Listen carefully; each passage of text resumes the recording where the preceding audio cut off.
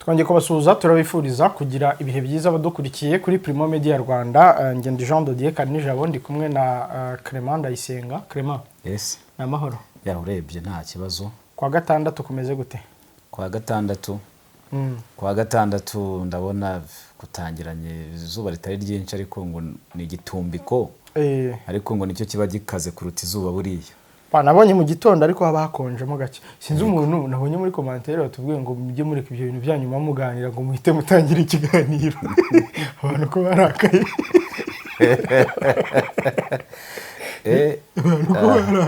Nyirabugenge n'ubugenge bwayo. Ni izuba. Nabonye numva birantangaje. Ubu nta no gusuhuza. Nta no gusuhuza no kuza umuntu yitura kuri kamera avuga ngo muri Senegal Sonko yanze ko Pastef ijya muri guverinoma. Nk'umwanditsi mukuru se we wabyumvise. Ndyansekeje cyane ariko ndibaza uyu muntu. Gusa nyine byanyeretse rafise mu kiganiro ntabwo ari amakuru. Habe no kuza ngo umuntu anasuhuza abantu badukurikiye. Mu makuru niho umuntu aza yanzika havamo inanga uhita usuhuza abantu uvuga ingingo z'ingenzi ugaruka amakuru n'ibyo bintu biri straight gutya ariko mu itangazamakuru ibindi abantu mu kiganiro ahandi abantu bagera korohamo no korohera. Naboneka mujye mutworohera. Anyways, so kuko ntago yoroheye umuvandimwe Faye. Asigira ngo buriya byatungurana cyangwa ahubwo biri gukomeza.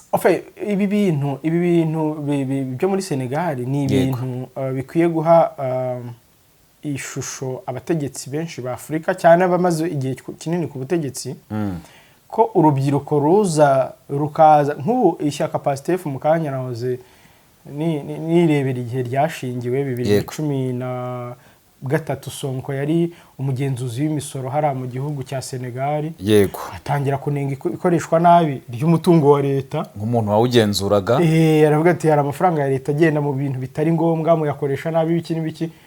Ahita yishingira ishyaka ryitwa Pastef 2014. Cyane rwose. Ritangira ari ishyaka ry'urubyiruko.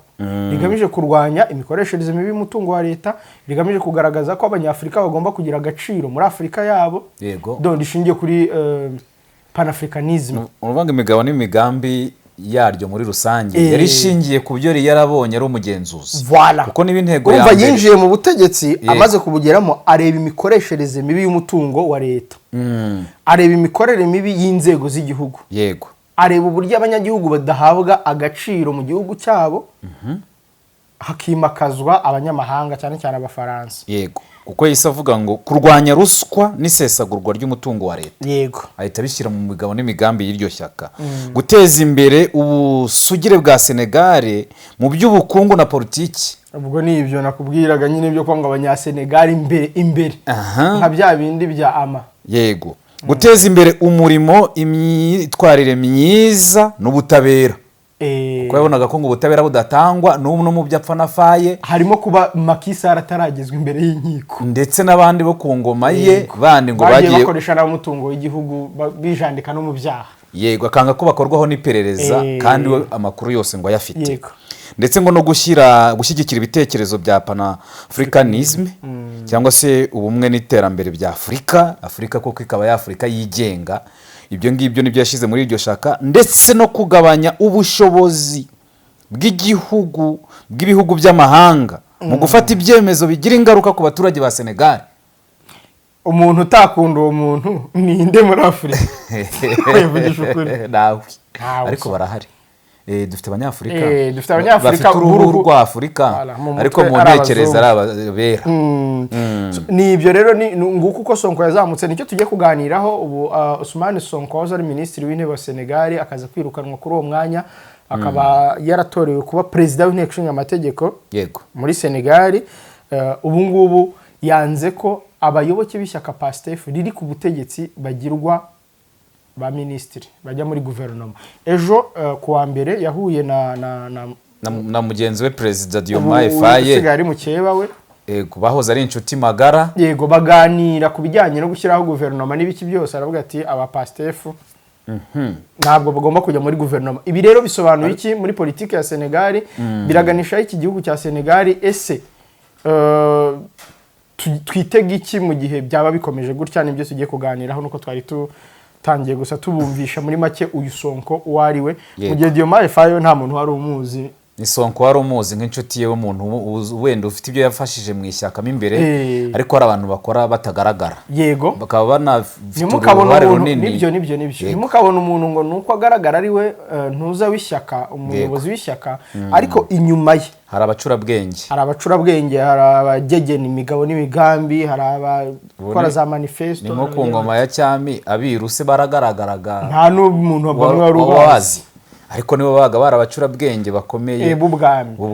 no muri politiki ya none rero n'abaperezida bagira n'abajyanama batazwi, hari abazwi hari n'abatazwi. Yego hari ibyitwa deep state, ibyo cyane ntabwo biba bizwi ibyo, kandi buri gihugu kirabigira kimeze nk'abiru, ibyo ngibyo bimeze nk'abiru ari iyo ngiyo binyegeje. kandi n'uwabiru niba bakora ibintu by'ubwiru ubwabyo nabo bakagombye kuba batagaragara. Yego kuko banagaragaye byaba ari ikibazo, utunga imbunda ati mbwira. Yego urumva rero hariya muri Senegal ubwo Diomaye Faye yari umuntu koko Sonko yabonye mu ubwo bushobozi kuko ari no mu bantu ngo bagize uruhare mu kwandika imigabo n'imigambi ya Pastef yari iriya shyaka mu myaka 12 ariko urumva barumvikanaga, bari bafite icyerekezo kimwe, bumva ibintu kimwe nk'abajene, urubyiruko rwahagurutse. iri ni mu mashyaka yazanye impinduka zikomeye ku mugabane wa Afurika kubera ko si henshi mu gihugu abajene bahaguruka nka ba Bobi Wine nabizi ko babigerageje hari muri Uganda, ariko uko byagenze nuko biri kugenda abantu barabibona. Urebye numva bari bato, tuvuge niba yaratowe 2024 Diomaye Faye afite imyaka 44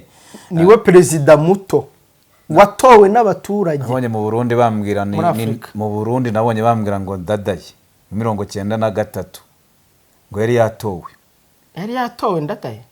Nabonye abarundi baduha commentaire hari abatubwira ubwo twareba, nabonye yashobora kuba ari nk'uyaza nko ku mwanya wa kabiri. Yego kuko haba harimo ikinyuranyo ubwo turi kuvuga uwatowe n'abaturage pana bakoze kudeta. Nta kudeta nta nzibacyuho. Yego ari muri abo ngabo rero b'imbere ku ruhembe, reka tuvuge gutyo. Diomaye Faye ariko noneho urumva 2024 atorwa yari afite imyaka 44. Ishyaka rishingwa bashinga rino shyaka ryabo Pastef yari afite imyaka 34. Yego bari abajene urumva imyaka 34 ni nk'iya Traoré ejo bundi bahiri ku butegetsi. Yego noneho urumva n'ishyaka ryahise ritsinda amatora nyuma y'imyaka 10. Ubundi imyaka 10 ni mikeya cyane muri politike ku ishyaka ritavuga rumwe n'ubutegetsi no kwiyubaka ubwabyo. No muri Afurika noneho tuzi ne politike za Afurika ni mike cyane imyaka 10 ku ishyaka n'indi. Ubundi ishyaka ryagenda rikagu abantu bazi za NRM n'izi za RPA za RPF bazi igihe bamaze bashaka kugera ku butegetsi n'igihe babugereyeho nuko byagenze.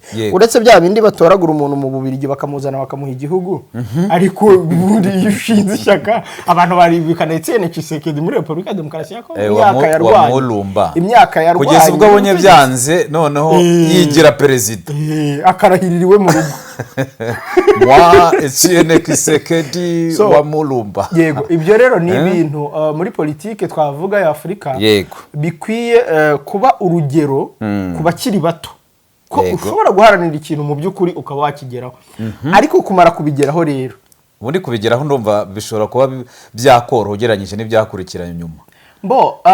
Unubigeraho urabikoresha iki, urabyitwara mute? Bishobora kuba byaba ari ihuruze kuko hari abagiye babona ubutegetsi batiteguye bakarwana, ari bavuye nko mu ishyamba, hari ababonera imbaraga kuzipfusha ubusa. Yego ukaza ariko utiteguye ngo twamaze kwiyubaka neza kwa nyako tuzakora iki nyuma yo kubona ubutegetsi. Ofite haba hari ikibatsi kiri mu ba jeune ba Afurika bakeneye ko abasaza abasaza nk'abo ba Ngweso ba Rugingwema Mbasogo babahirika bo muri za Guinea Equatorial ba Biya bo muri Cameroon, ariko mu by'ukuri nta nubwo utekereza niho baritonda. Usanga guverinoma ari hejuru y'imyaka 60, ariko nta nubwo utekereza ngo nyuma yo kugera ku butegetsi kuko erega buriya kuba perezida njye mbwira abantu ntabwo ari ibintu kwikorera ibibazo by'igihugu byose.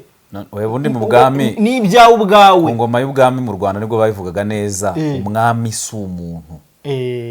N'ubu uri wabivuga perezida ntabwo ari umuntu. Ntabwo rero ari umuntu wo kuza kuba waza kugira uko wishakiye. Yego kubera yuko inshingano abafite n'urwego barimo ibikorwa biba bimureba byose birenze ibyo utekereza ko. Yego numubona noneho ibaza umuperezida ugiye ku butegetsi akamaraho umunsi umwe, umwaka umwe, imyaka 10, imyaka 40. Utekereza ubundi umunsi umwe wonyine kumara uri ku butegetsi muri Afurika birakomeye. kubera ko hari ibihugu usanga noneho biba bifite ibizazane imbere mu gihugu no hanze y'igihugu, ariko stili biracyari mu buryo abanyafurika dufata icyitwa politike. Politike ni ibintu bisanzwe mu bindi bihugu. Ariko twebwe wenda gato ni uko umuturage twebwe usanga ataranumva politiki ngo azi ko ari abantu runaka, dore we yabonye politiki agira gutya nka wa mukobwa bavuga ngo siyigurisha arimo guhinda abagabo hariya, ariko natwe politiki umuturage aracyumva ko ari ibintu bitamureba, kandi umuturage ari gushyira mu bikorwa politiki. Ndibuka mu Bwongereza, mu Buholandi, wari minisitiri w'intebe yagiye gusimburwa, yizira ku igare, yinjira muri ofisi yakora ihererekanyabubasha, atashifatira akagare ke arigendera. Nurumva umunyapolitiki ko bamufata n'iki, ntose ntujye babona bamwe bagiye nko mu nama ahantu akaba yasohoka muri hoteli akagenda mu muhanda n'amaguru cyane. Turacyumva politiki nk'ibintu biremereye, ariko impamvu nuko binagendana n'amateka. Ni ibizana nuko babituzaniye, nuko babidushyizemwo. Yego. Ntabwo abanyafurika byari byabajya mu turemangingo twabo, cyangwa se ngo babe bamenya ngo politiki yabo ibabereye ni iyihe. Voilà, kubera ko wumva nka President Ndayishimiye yavuze ngo gukuraho amatora abantu bagatangira kumuhinda. Ariko urumva barimo kureba n'ubundi abareba ingengo y'imari izagendera aho ngaho, ariko rero n'abandi baturashaka kuguma ku butegetsi, niba se hari icyo amaze mwamuretse akabuguma. Noneho urebye amafaranga ubwabyo agendera muri kampenye, ko kampenye ishobora kumara nk'ibyumweru 3 cyangwa hafi ukwezi, uretse ko wenda sendedi izaba iyi kampanye yonyine, urumva. Ariko ntacyo urumva ubushobozi buzaba buri kugenda bwagakoze ibindi. Noneho ureba ku munsi w'itora ubwabyo za materiyo ibikoresho bikoreshwa, babakarani bibarura n'ibyo byose bari buhembwe insimburamubyizi, ibyo byose ugiye kubiha agaciro usanga ari amafaranga menshi, ku buryo ushobora gusanga yakaba yubaka amashuri cyangwa ibitaro cyangwa mu Rwanda turajya amatora nubwo wenda yahujwe akagabanya ikiguzi, kuko twagiraga ya perezida twagira n'abadepite mu myaka itandukanye mu guhuza n'ubundi, ariko wasangaga n'ubundi bibwo yahuje, ariko miliyari muri izi ngahe ngire ngo hafi 10 zaragiye muri, kandi ari ugutora gusa, kandi noneho amatora yahujwe. Afrika yaragowe. Anyways, muri Senegal rero zikomeje kubyara amahari hagati ya Diomaye Faye ndetse na Ousmane Sonko, kuko warutubwiye ko bagiranye ikiganiro n'ubundi ku munsi w'ejo ku ya mbere kwa gatandatu. Yego. Icyo kiganiro cyari kigamije n'ubundi kureba ngo ni bande bajya muri guverinoma, kuko ariko se ubundi president yagiye gushyira abantu muri guverinoma cyangwa minisitiri w'intebe, ubundi nge ntekereza ko mu mitegekere nk'iri iri muri Senegal ari nayo ntekereza ko iri mu Rwanda, iyo perezida yego agiye gushyiraho abaminisitiri, we avugana na minisitiri w'intebe. Kuki yarabyawe ngombwa ko avugana n'umukuru w'inteko ishinga amategeko? Ibyo nanjye nabyibajije, ni ikigaragaza nyine ingufu Sonko afite ingufu zakagombye kuba zimeze nk'iz'umwiru, ariko we n'umwiru ugaragara. Yego. Ubwo ntabwo abakiri umwiru. Kubera yuko ubwabyo ushobora mumeya wavuze ngo reka maneko y'akarere ngo nahaguruke ngo tumusuhuze. Uwo ngo ari ahantu atagombye kuba ari. Sinzi niba gihari. Urumva? Ni ukuvuga ngo rero Sonko mbya twavuga ngo abajyanama batagaragara. Mukuru w'igihugu ashobora kugira abajyanama akabatangaza bakaba bazwi, ariko hari n'abandi batagaragara abafite rwose bafitiye ibyo bamugezaho kandi bafite uruhare runini. Hanyuma rero udukurikije Sonko ari we muri Senegal, dukurikije ko Diomaye Faye yatowe akaba perezida mu izina rya Sonko, kuko intebe tuvugishije kuri intebe yicayemo ni Sonko wagombye kuba yicayemo. Yego. Ari nacyo ngira ngo kiri gukomeza kubasirisimbya muri ibi byose muri Senegal. N'abaturage muri campagne na yasiroga bakoreshaga ngo Diomaye ni Sonko, Sonko ni Diomaye. Yego, biragaragaza nyine Sonko wari uko atari agafuka imvugo arimo. Kubera muvanye ku mwanya wa minisitiri w'intebe, nanjye nahoze mbyibaza, yamuvanye ku mwanya wa minisitiri w'intebe ashyiraho lo, ariko lo si uri kugishwa inama mu magomba kujya muri guverinoma. Bivuze ngo na minisitiri w'intebe azaba ayoboye guverinoma, nuvuze ngo adafiteho ububasha, ko ntabwo ari wagize uruhare mu kuko ngubwo iyo guverinoma izabashyizweho n'inteko ishinga amategeko, n'umukuru w'inteko ishinga amategeko ari we Ousmane Sonko na perezida. Nta nubwo nabwo babyumvikanaho, kuko bahura yaramubwiye tubwo ibyo ushyiraho ubishyireho, ariko Pastef yo wireke. Muri ibyo biganiro byabo rero ngo byamaze igihe kirekire, ngo byaranzwe n'impaka nyinshi no kutumvikana ku bagomba kuba bagize iyo guverinoma. Mu cyaje kuvamo ntabwo ari cyiza, kubera ko umwanzuro wavuyemo nuko nta murwanashyaka w'ishyaka rya PASTEF ugomba kuba muri guverinoma.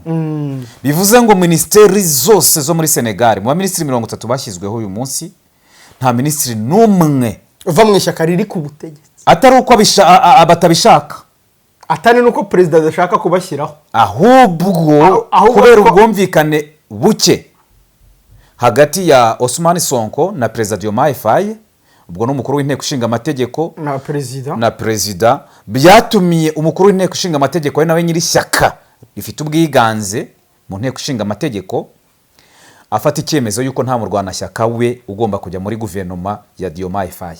Ese Faye yamushyiraho tukareba ko mu minisitiri abyanga, nanone ahangaha nkibaza ngo ikibazo nanone nta nubwo cyaba kikiri Sonko, kuko hari ibibazo biraza kuba byarenze Sonko.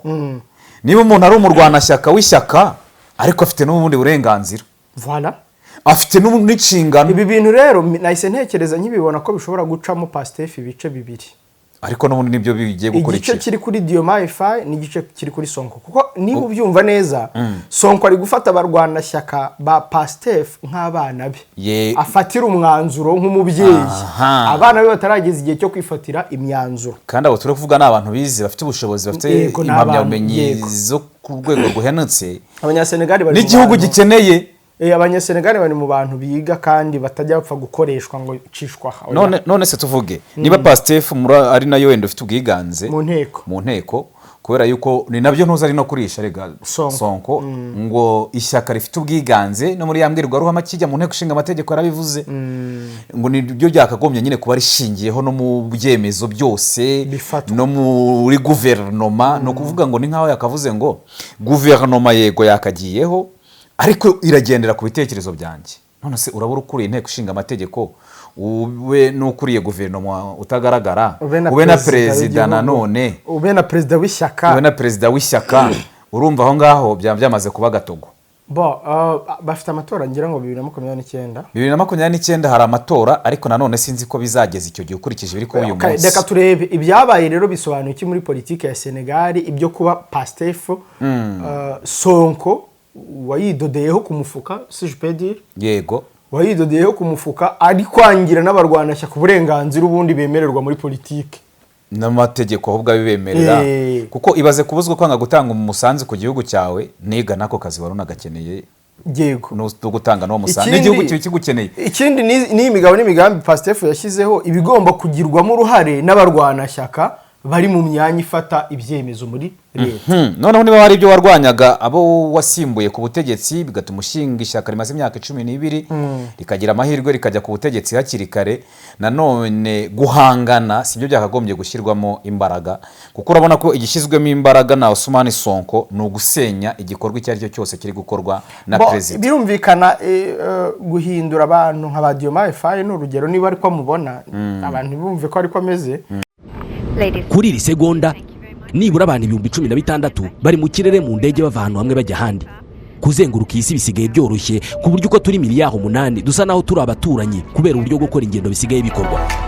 Ikibazo nuko gutegura urugendo bigora, gukora reservation ya tike y'indege, gushaka visa, ubwishingizi bw'urugendo. Amahirwe twagize nuko hari abantu bazobereye muri ibi bintu kandi biyemeje kudufasha. Abantu nka Ireme Travel Agency Limited, kompanyi nyarwanda iri mu zambere muri service zo gutegura ingendo, ubukerarugendo no kwakira abantu. Kompanyi yemewe n'ihuriro mpuzamahanga ry'ubwikorezi bwo mu ndege IATA. Niba wifuza kujya mu mahanga ku mpamvu izo arizo zose, icyo bigusaba ni ugutekereza urugendo rwawe gusa, ubundi ukegera Ireme Travel Agency bakagukorera reservation ya tike y'indege, bakagufasha gushaka visa, bakagukorera reservation ya hoteli, bakagukurikiranira ibya assurance y'urugendo. Iyo uturutse mu mahanga cyangwa se ujyayo, bagufata ku kibuga cy'indege ku giciro cya 50% cy'abandi babikorera. Ku bantu bari kure kandi bashobora kwishyura hakoreshejwe ikoranabuhanga online payment, tuguha link ubundi ukishyura. Ireme Travel Agency ikorera mu mujyi wa Kigali muri Mike mu nzu yo hasi mu muryango wa G41. Hamagara 07 85 36 48 cyangwa 07 89 88 ushobora no kwandika email kuri info@iremetravel.rawa. Wanasura urubuga rwa internet wa eshatu @iremetravel.rawa. uyu munsi 97% by'abaguzi bose bamenyera kuri internet amakuru y'aho bagura ibicuruzwa byose bagura.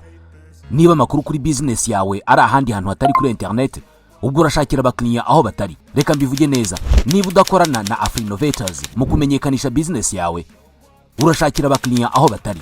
Uyu munsi Afrinovators ifite promotion yitwa Total Digital Promo.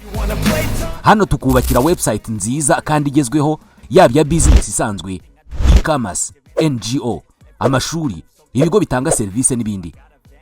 Tugukorera Google profile itanga amakuru yose kuri business yawe, tukaguha na domain name nka .rw.com cyangwa se .org. Ikiruta byose ariko tukwinjiza muri huza.rw. Uru ni urubuga rufasha business zo mu Rwanda kuboneka ndetse no kumenyekana kurushaho. Aha ni abakiriya bashya bashobora kukubona. Niba ibi byose ubifite kuri huza.rw, tuguhigerageza cyangwa se trial y'amezi 3 nta kiguzi. Gushyiraho business yawe ku buntu. Urashaka gutangira? Hamagara cyangwa wandika ubutumwa kuri WhatsApp kuri 07 85 73 70 cyangwa usure y3.huza.rawa. Wanadusura aho dukorera i Nyarugenge mu mujyi mu nyubako ya TCB mu muryango nimero F1B inyuma ya Centenary House, ni hafi ya Simba Supermarket. Guhindura abantu nka Diomaye Faye babaswe na politike zabamatsi bihugu. Sonko ari kubona ingingo yo gukoresha ya mbere ari yo ko basenya. Kubera ko aramushinja aramushinja wenda nk'ibyo yashinjaga Makisare n'abandi bamubanjisha mbere. Donc gushingira ubukungu bw'igihugu ku nkunga z'amahanga, gufata ibyiza bikorwa remezo byiza nk'ibyambu bya Senegal ikora ku nyanja, akabikodesha abazungu, kwirirwa guha agaciro umunyamahanga mu gihugu, kurenza umwene gihugu, indwara nyinshi ibihugu bya Afrika bikirwaye bitaranivuza. Yego cyane, kandi bitandukanye n'ibyo Pastef yahagurutse irwanya. None se uyu Sonko namurwanya gutya, nibwo igihugu cya Senegal kizajya mu murongo ashaka, kubera ko hari ukurwanya umuntu ukanarwanya ibyo akora, ariko hari n'uburyo bikoramo. Icyo ari gukora hari ukurwanya umuntu, ariko nawe uri kwirwanya ubwawe. Nibyo rero Sonko ari gukora, kuko niba ukeneye ko igihugu kijya ku murongo, ibyo washinjaga bakubanjirije kugira ngo koko bigaragare yuko bitakiriho, imigabo n'imigambi yawe yagezweho, ntago wagombye kuba harimo guhangana. Hari uguhangana kugamije ibisubizo byiza, ariko hano ndabona ari uguhangana kw'abantu babiri, ni njyewe inaringe. Nibyo rero Sonko ari gukora, kuko niba twe tubyiteze n'ubundi ibingibi biri kuba bya iyi guverinoma. Nge byaranatinze nkurikije uburyo bano bagabo bari baziranye, uburyo umwe yafunzwe bagafungurwa, undi akasigara muri gereza bla bla bla ku Makisare, uyu yatsinda amatora agafungura mugenzi we akamugira minisitiri w'intebe, akamuhanaguraho ibyaha, toza inteko ishinga amategeko itegeko rivuga ko Sonko ashobora kwemererwa kwiyamamaza 2029 ku bantu bakurikiranywe ibyaha bavuga ngo bito. Yego, Sonko afite complex ya mbere kuvuga ngo iriya ntebe ninge wakabaye nyicayemo, ni intebe imwe mu gihugu. Ariko akagira na complex ya kabiri yo kuvuga ngo uyu mutipe ibyo twahagurukanye yarabihinduye, which is true. Yego, kuko niba Diomaye Faye azi Pastef akamenya imigabo n'imigambi yayo, akaba ari umwe mu bagegennye politike zayo, akaba atangiye kunyuranya nabyo, Sonko ku ruhande rumwe afite impamvu yo kuba atagumana nawe mu myanya. Niba namwereka ati ibyo bintu bya IMF ugiye gufata, ibi bintu byizamuka ry'ibiciro by'ibikomoka kuri peteroli, abaturage bakwiye nkunganire, ikibazo cy'ubukungu buhungabana muri Senegal. Ikindi biriya byambo wahaye abanyamahanga byakabaye bikoreshwa n'abene igihugu. Urumva kunyuranya byo birumvikana bitewe nuko imigabo n'imigambi ya Pastef ni nkuko nge nawe twahaguruka tukavana muri studio tukavuga ngo tugiye wenda i Remera, tukabyemeranya, yego, tukajya mu modoka tukagenda, twagera mu nzira nkabubwira twajya mu dukamwe ati mpagarika mve Sonatibe ndavamo, akubwira ariko twavuganye ko tujyanye Remera wenda kuri RMC. Ati oya, ugatanye ko ati niho twari tugiye, ariko ndimo ndabona nkurikije uko bimeze ndabihinduye. Nawe rero batangiranye inzira, hari option ebyiri, hari ukurokinga inzugi z'imodoka bakamukingirana bakamujyana ku ngufu, nubwo no kumwinjiza mu nzu imodoka itakwinjira mu nzu, akaba cyakabiri guhagarara ukavamo.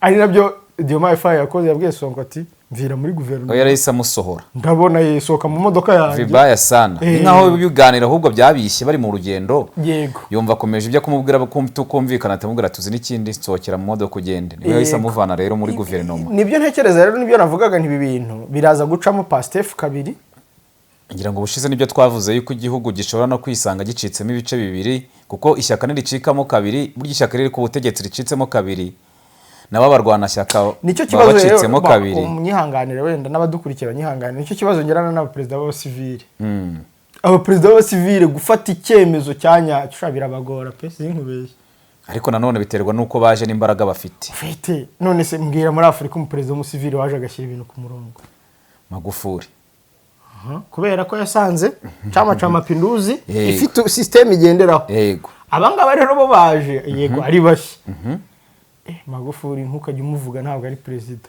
Magufuli ni imana yihereye Afurika nuko nabo nyine gashaka buhake ikibazo biri abantu nk'abari bari bake ariko ibyo bakora yahamagariye gukora n'ubundi we yiranabyo ariko yanabyivugiraga ko yewe yaranihanuriraga ati nge natanze ubuzima bwanjye ku bwanyu kubwo abanyatanzania babakene urumva rero nk'ubu ngubu uyu Sonko na Faye ntabwo bakabaye bageze kuri iyi level yo guhangana yaba umuperezida ari umusirikare oya urabyemera umwe ufite imbaraga kurusha undi yagombye ko yaramufasha kumubika ni ukukwica ubwo nyine turi kuvuga ari africaine yacu niko bigenda murabizi ibyo cyangwa ugahunga cyangwa ugafunga ni ibintu bitatu nta kujya guhangana ibingibi mwirirwa mwereka abaturage we Faye na Sonko ibyo ntabwo bibaho mu gihugu gitegetswe n'abasirikare yego rero Clement icyo ni cyambere ntekereza icya kabiri ntekereza ko hazajya habaho kugongana cyane igihugu kikaba kitanavaho kiri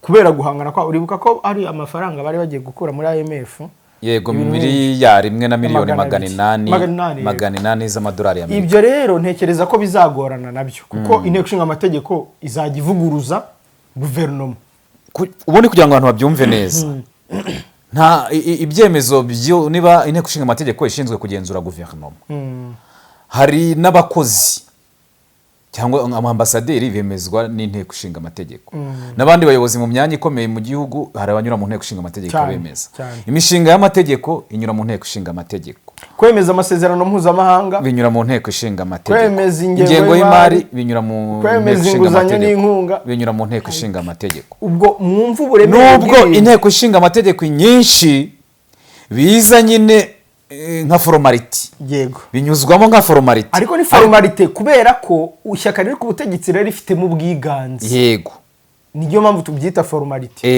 ni nko kuvuga ngo ni nge wihaye ibihano ni nanjye uri bwigenzure ko nabishyize mu bikorwa ni nanjye uzihana ni nge wihannye ni nge uzigenzura ko nabyubahirije nta wundi muntu uri hejuru yanjye ni nge niyo mpamvu ubyise formality yego kubera yuko usanga aho byavuye bikaboko k'ibumoso bije iburyo ugasanga iburyo nta bushobozi bafite gufata iyi telefone mu kaboko k'iburyo ukayishyira igihimba ni kimwe hanyuma rero ugasanga noneho hari ahantu hari ya nteko noneho ije gupezanya yego byari igihimba kimwe yego ko n'ishyaka riri ku butegetsi ariko ryacitsemo kabiri yego ubwo dushatse twavuga yuko igice cya perezida Diomaye Faye gifite guverinoma kubera ko Pastef nta muntu ifite muri guverinoma gifite guverinoma gifite presidence kikanagira abaministri yego ariko noneho ishyaka Pastef inteko ishinga amategeko kavuga ati nanda hari perezida w'inteko ishinga amategeko umutwe w'abadepite nitwe dufite ubwiganze nitwe twagushyize ku butegetsi noneho ibyo uzazana hano byose natwe tuzabikasa kuko ntumubwire ngo umuntu wanze gushyira minisitiri muri guverinoma akamubwira ngo nta murwanashyaka wacu ugomba kujya muri iriya guverinoma noneho urambwira ngo minisitiri w'intebe azazana ingengo y'imari cyangwa se minisitiri w'imari n'igenamigambi bazaza muri guverinoma gusobanura ibintu runaka ikindi urumva uyu mugabo uyu Sonko arimo arashaka kugaragaza ububi bwa Diomaye Faye n'abaministiri be ntabwo ari ba bantu bafite ya migambi twatangiranye uhereye n'uyu kuri minisitiri w'intebe ni umwe mu bantu bashyigikiye Francefa ya faranga ry'abagashaka buhake n'abaminisitiri rero bazajyamo ibyo ari byo byose yego nkurikije amakuru nkura ku bantu bacu bari muri Senegal kuko hari abayamaze gushyiraho yego baturebere nkurikije amakuru nkura ku bantu bacu bari muri Senegal biravugwa ko mu bantu Faye yashyizeho yego bamwe muri bo bahoze muri guverinoma zabanje ya Macky Sall no gukomeza mbere yawe wenda tuvuge hafi ubwo ni kuri Macky Sall ko aribo basimbuye mu minisitiri 30 yashyizeho rero bagashyigikira n'ubundi bakemera ubusabe bwe kuko ntaho rubahangamiye cyangwa bari mu yandi mashyaka cyangwa batagira n'imitwe ya politiki babarizwamo buri abantu ntabwo bajya babyibuka ko hari abaminisitiri ushobora kuza nta mutwe wa politiki abamo hari uwize mushiki wabo mu Rwanda nta political party n'imwe abaho nubwo ari wabibwira ntabyemera ngo ariko muri minisitiri 30 rero yamaze gushyiraho muri rusange urebye nka minisitiri yashyizeho abaminisitiri barimo uwitwa Yankoba Diem akaba yagizwe minisitiri w'ingabo nuvuga ngo minisitiri w'ingabo uziko nanone aba ari umuntu ukomeye mu gihugu minisitiri w'ingabo ni umuntu ukomeye mu gihugu noneho ukareba ngo ariko ingabo zegamiye kuri perezida mu gihe ingabo zegamiye kuri perezida ariko nanone hari igihe ushobora kugushyiraho ngo ujye kugamburuza ingabo za Senegal ntabwo zivanga muri ibi bintu bya politiki z'abategetsi uyu nguyu akaba asanzwe rero n'ubundi ari umuntu kuko Macky Sall aba yarazifashishije agakubita abana basore ahise aramubwira ati vuga uvuye aho ngaho ariko n'umwe mu banyapolitiki bakomeye muri Senegal akaba barizwa no mu ishyaka rya politiki rya PASTEF riyobowe na Ousmane Sonko none yemeye kujya mate ni minisitiri w'ingabo hasi ubundi minisitiri w'ingabo ubwo ngubwo ni umusivili icyo byaba bivuze ntabwo ari ngombwa ko minisitiri w'ingabo mu bihugu bimwe na bimwe aba ari umusirikare muri Repubulika Demokarasi ya Kongo arabibonye ariyo muri Afurika y'Epfo ariyo mu Burundi ariyo yego abo ngabo bose ni abasivili ariko noneho kwibaza ngo hano ho biraza kuba bigenda bite kwa Sonko nta kibazo ubwo ari muri PASTEF reka tubishyire entre parenthèse muri make rero amaze igihe kinini kurumva ariko nawe urumva mu myaka ni muto ntabwo ari mukuru n'ubundi afite imyaka 47 urungano rwabo bose akaba yarize amategeko n'ubucuruzi ndetse akaba yarakoze imyaka myinshi mu rwego rw'amabanki urumva akaba yarinjiye muri politiki mu mwaka wa 2018 abajene bose ni bashya urumva muri 2022 yatorewe kuyobora inama njyanama y'akarere urumva yari umuntu utafite ntago bavuga ngo afite ibirindwi n'ibirindiro bikomeye cyane muri Senegal nk'umuntu koko waba ugomba kuba minisitiri w'ingabo ubwo afite icyo amubonamo cyangwa se yanamufasha hanyuma kandi hakaba hari uwagizwe rebera ubanye n'amahanga cyane ubanye n'amahanga rero ziba ziriki uburezi ubanye n'amahanga ingabo hari n'uw'imari n'igenamigambi nawe Shehe Diba nawe ngo turebe ko urumva niwe uzajya mu nteko cyane ajyanye ingengo y'imari agiye kwerekana uko ibintu byagenze ko yakoreshejwe n'ibiki urumva kandi uwo ngo bagomba kuba ari kumwe n'umugenzuzi w'imari ya leta barebe uko ibintu bimeze wareba rero Shehe Diba nawe urumva ko no umuntu ukomeye imari niba Sonko yavugaga ati amafaranga yacu muyakoresha nabi ariko se niba muyakoresha nabi twebwe uwo muzanye we ninde noneho wanareba noneho n'uwagizwe minisitiri noneho warumubwiye minisitiri w'ububanyi n'amahanga ariko ndabona afite n'inshingano zikomeye minisitiri w'ububanyi n'amahanga afite no guhuza Senegal na Afurika niko babyita ngo bwihuze bwa Afurika ibintu nk'ibyo ngibyo kubera yuko urasanga minisitiri ushinzwe ukwishyira hamwe kwa Afurika yego niko babyita muri ububanyi n'amahanga n'abanyasenegal baba mu mahanga urumva kuno babivuga ububanyi n'amahanga n'abanyasenegal baba mu mahanga ndabizi ko ariko babivuga abanyasenegal uyu nguyu akaba yitwa Shehe Niyange ariko ni umudiplomate uzwi mushakishe Shehe Niyange ni umudiplomate uzwi ngira ngo imirimo kariyeri ya diplomasi irazwi ngira ngo noneho Shehe Niyange we uyu nguyu yagizwe minisitiri ubanye n'amahanga n'izo nshingano zo kwihuza kwa Afurika n'abanyasenegal kubahuza mu mahanga ubwo ni diaspora ya Senegal muri rusange ariko kuva na 2025 ariko n'umwe mu baminisitiri muri guverinoma ya Senegal muri guverinoma nshya rero ya perezida Diomaye Faye Shehe Niyange yagizwe minisitiri ubanye n'amahanga ubumwe bwa Afurika za nshingano twari tuvuza zose n'ubundi ariko noneho muri make inshingano ze uyu nguyu tukareba ngo ni muntu ki kugira ngo abantu bibaze ngo izindi nshingano yakoze yahagarariye Senegal mu muryango w'abibumbye umugabo ndamuzi Shehe Niyange ndamuzi urumva ko wenda muri diplomasi we asanzwemo asanzwe afite izina rikomeye ariko ikibazo kirimo ni ukureba ngo bo bazahangana gute n'ibyo bibazo by'ububanyi n'amahanga ndetse no guhangana na Sonko kuko ubundi Senegal ubu ngubu bihanganye na Senegal kubera yuko bitandukanye na bya bindi bihugu bindi kuko Senegal nta shyaka rikomeye ubu ngubu risa nkaho rya Macky Sall n'andi mashyaka yandi asa nkaho ubundi ishyaka ahubwo PASTEF ryari ribonye umwanya mwiza wo kwigarura Senegal biragano byinshi iyo riba ryiteguye neza ubwo rero kubona rero ni yange we yagarutse wenda we ntabwo ari mushya muri guverinoma arasanzwe ariko nanone no kumenya ngo imiziro yabashinjwa n'ubundi kuko abenshi n'ubundi Sonko hari ibyo abashinja akavuga ko batagakwiye kuba baza muri iyi myanya kubera ko atari abantu bafite ibiganza byera bagiye barangwa n'imikorere mibi ku ngoma ya Macky Sall bazi Macky Sall ariko kuba yarabaye perezida izo manda zombi ariko akaba yarahunze igihugu buriya nasabaga kwiyamamariza ngo ajye kuyobora mu muryango w'abibumbye ariko n'ubundi atari muri Senegal na Senegal ntiyigize imutanga imuha uburenganzira ivuga ngo turi kumwamamaza urumva icyo biba bivuze rero turebye iyi guverinoma ya Sonko nako yafaye tukareba n'inteko ishinga amategeko ya Sonko biragaragaza yuko mu minsi ishize cya kiganiro twakoze nkabona baciyemo umurongo kuri ya foto igaragaza ko Senegal yacitsemo ibice ku butumwa bwinshi abantu baratumanutse bati murabeshya ibyo ni ibyanyu ariko urebye bijya gushya birashyuha kuko ntumbwire ngo igihugu kimeze gutya guverinoma iri gukora ibyayo inteko igakora ibyayo ikindi ni igihugu gihanganye n'amadeni umusaruro mbumbe amadeni ni 32% by'umusaruro mbumbe yego ikindi ubwo ni igihugu nanone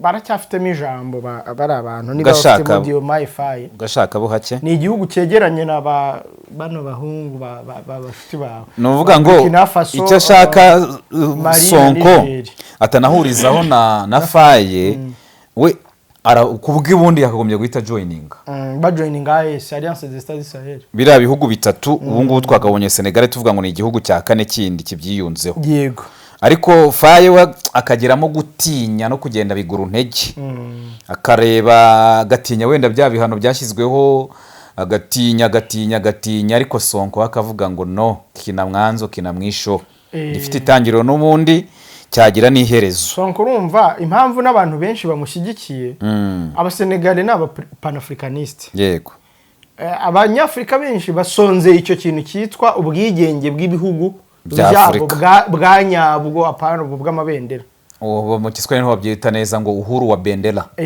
Afrika ilipata uhuru wa bendera Afrika yabonye ubwigenge bw'idarapo ryazamutse rijya hejuru gusa ariko mu bikorwa ubu nibwo hari ibibi kuruta uzajya kumva wumve mu Burundi hari Pan African Movement wumve mu Rwanda hari wumve muri Kenya wumve muri ki nyine hari abajene nyuma iyo ngiyo bafite ikibatsi cyo kuvuga bati aba bakozi bagashaka buhake ntabwo tukibakeneye mu bihugu byacu ari nacyo kinini na Senegal urumva ariko yaranabikoze igira no gushyiraho mu ministri w'ubanye n'amahanga mu byashinzwe harimo no kwishyira hamwe kwa Afrika yego noneho kari agace Sonko avukamo ni agace k'abapanafricaniste cyane agace avukamo ni agace kiganjemo abantu b'abapanafricaniste bakomeye ku buryo muri biriya bice bya Casamance abantu baho nyine baba bafite ikibatsi ku buryo banakurikira politike cyane kandi bakanacaka ubwigenge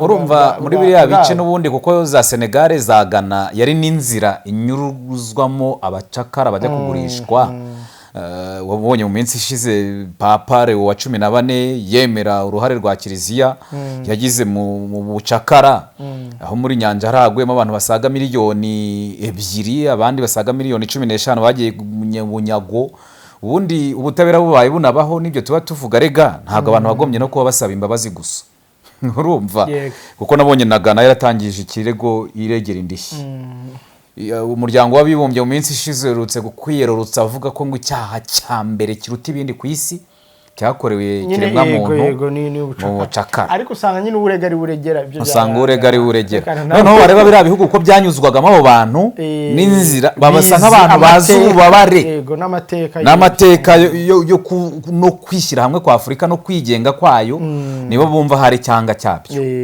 Niyo mpamvu rero usanga iyo bigeze kuri ibyo ngibyo usanga atari ibihugu bipfa kumenerwamo cyane, nubwo yego biba bigikoronijwe n'iki, ariko usanga n'ibitekerezo abanyasenegare baba bafite niyo umuntu aganira n'ibyemezo bafata. Niyo mpamvu yashimye ku itegeko nshinga kababwa Macky Sall. Ibyo rero harya Diomaye Faye amwe afite imyaka ingahe? Ubwo ngubwo ajya ku butegetsi afite 44, ubwo afite 46. Sonko afite 55. Sonko no muri 74. Urumva ni ubaruta. Aramuruta Sonko. Ubwo rero tugiye kwicara turebe undi mukino wo muri Afurika, aho inshuti abari inshuti bakomeje guhinduka abanza, ariko no kuba barahuye nabyo ubwabyo n'intambwe nziza. Nyine nubwo nari nzi ko nyuma y'ibi byabaye bakongera guhura bakaganira. Reka turebe, birashoboka ko byagarurirwa hafi bigizwemo uruhare n'umuhuza wabahuza w'inshuti yabo bombi. Yego, akababwira ati rero basha igihugu muri kukijyana mu manga. Sonko shyira agapira hasi kubera ibi n'ibi, Faye shyira agapira hasi kubera ibi n'ibi, twese dukorera inyungu z'abanyasenegali. Nibitaba ibyo Senegal tuzayibona nyine nka wa murongo wavugaga. Kuba hari amatora mu ishyaka mu mpera z'iki cyumweru ku itariki 6, ngo ni kwa gatandatu w'iki cyumweru, tariki 6 ko hari abanogwanuga ko n'ubundi Perezida Diomaye Faye ashobora no kwirukanwa mu ishyaka PASTEF riri ku butegetsi. Ibyo byaba bisobanuye iki mu gihe byagenda? Birashoboka cyane, ariko nyine byaba bivuze ko agiye gusigara ari umuntu udafite ishyaka, kandi kuba perezida udafite ishyaka muri Afurika ntabwo ari igitangaza. Ikindi cya kabiri byaba byongeye nyine ni nko kubusanga umuriro uri kwakukana gamesansi. Yaba ari nko kumuhirika akiri ku ntebe? Oya, urani perezida watowe n'abaturage. Yego, kumuhirika yahirikwa n'abaturage bamutoye. Ariko ntabwo kumukura mu ishyaka bivuze kumukura ku ntebe ya presidansi. Ariko urwo wabona Sonko ibyo bari gukora byose ni nko gutegura amatora 2029. Nibyo, ariko n'ubundi na Faye yamuteguriraga, nubwo Sonko wenda ashobora kuba andi makuru yabonye agatuma atizera Faye. Akavuga ati rero Faye reka nanjye musopanyirize, nifashishije ububasha mfite mu nteko ishinga amategeko, kuko wabonye ko uriya mushuti we yahise yegura. Yego, Marike yahise yegura. Yego, Ndiaye wari umuyobozi w'inteko ishinga amategeko, aramuberekera ahita yinjira mu nteko kugira ngo nyine ahangane byeruye n'uyu mu gihe Sonko yazaba ari perezida mu mwaka wa 2029 aramutse atsinze amatora. Nibwo twazabona inyiturano ya Marike Ndiaye cyane. N'ubu ngubu ntabwo ntekereza ko mu gihe ayoboye inteko bashobora kuzatora n'andi mategeko ashobora gufavoriza Marike kugaruka mu nteko. Ashobora no kuzana mu nteko ari nk'umujyanama, umukozi mu biro bya perezida w'inteko ishinga amategeko, ibintu nk'ibyo ngibyo akaba mwiyegereje bya hafi. Ikindi, iri shyaka PASTEF ry'ubwaryo niricikamo ibice niryo rizahangana naryo 2029. Yego, ndikuvuga ngo ibice bibiri bizavamo, kimwe kikitwa wenda PASTEM, ikindi kitwa PASTEF. Ubwo ushara gusanga ari Diomaye Faye waza guhangana na Sonko none mu 2029 cyane rwose birashoboka. Uretse ko nkurikije ukuntu bimeze gutya ntabwo bizagezayo 2029, kuko urumva aracyafite n'akaryango ko gusohesa inteko cyane mu kwa 12. Mu kwa 12 none ukibaza ngo mu gihe yazakora ibyo byo gusesa inteko, no kuvuga ngo ari Sonko araza gutanguranwa n'ikintu cyose kizatuma bigera mu kwa 12 agifite intebe n'ijambo, perezida adafite ubushobozi bwo gusesa inteko. Kuko bashobora no gutora itegeko rituma perezida kuronda ari bo bashyiraho amategeko, donc bakamusopanyiriza. Kuko bya byose Sonko arabizi ko mu kwa 12. None ukibaza se mu gihe bazabatoye itegeko ubwo rikava mu nteko ishinga amategeko, perezida zemera kurishyiraho umukono ngo risohoke mu igazeti ya leta. Urumva nanone ahantu biba bigoraniye. Urumva ko haracyarimo gupezanya buri ruhande rureba amakarita yarwo rukinisha, ariko urumva yuko nanone Sonko niwe ufite igihe gito cyo gukina amakarita menshi kuruta Faye. Ahubwo araza kuyakina te. Yego, hanyuma nagera muri presidence kubera ko itegeko rishyirwaho umukono na perezida wa Repubulika. Kuko no kugeza n'ubu ngubu rega bari mu nteko ishinga amategeko bagiyemo nk'abakandida bigenga no mu yandi mitwe ya politiki, ntabwo bamwemera nka perezida w'iwabo w'inteko ishinga amategeko, kuko bavuga ko yagiyeho mu buryo bunyuranyije n'amategeko.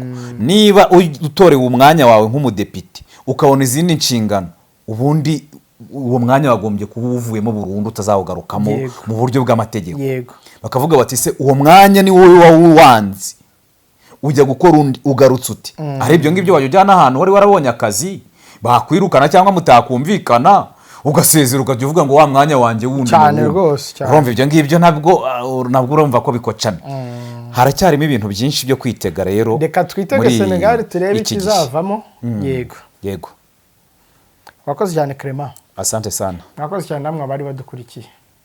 uyu mujyi kurimo amaduka menshi agurisha amatelefoni ndakura iryizeye nguramo iPhone kandi bakampa garanti. Niba nawe wibaza ikibazo nk'iki sigaho kubunza imitima wirirwa ushakisha kuko Future Mobile Store niwo mwihariko wacu. Uhereye ku mafaranga 150 gusa iri duka riraguha telefoni zigezweho za Samsung na iPhone n'ama accessoires yazo nka charger, screen protector, cover, écouteurs, speaker ndetse n'ibindi. Kuva kuri iPhone XR kugeza kuri iPhone 17 Pro Max na Samsung Galaxy 05 kugeza kuri Samsung Galaxy S25 Ultra na Fold 7 zose nshyashya kandi ku giciro gisa n'icy'uruganda urazisanga muri Future Mobile Store. Ushaka guhindura telefone ya iPhone cyangwa Samsung ufite ukagendana nigezweho ibizwi nka top up urayizana ukongera udufaranga duke tukagufasha kuyihindura ukagendana nigezweho. Umwihariko muri Future Mobile Store nuko iguze telefone yacu tuguha garanti y'imyaka 2. Waba uri muri Kigali cyangwa uri mu ntara iyi telefone turayikoherereza kandi tukishyura igiciro cyo kuyikugezaho. Dukorera mu nyubako yo kwa Makuza ateganye na parking ya Beka hakurya haba haparitse abamotari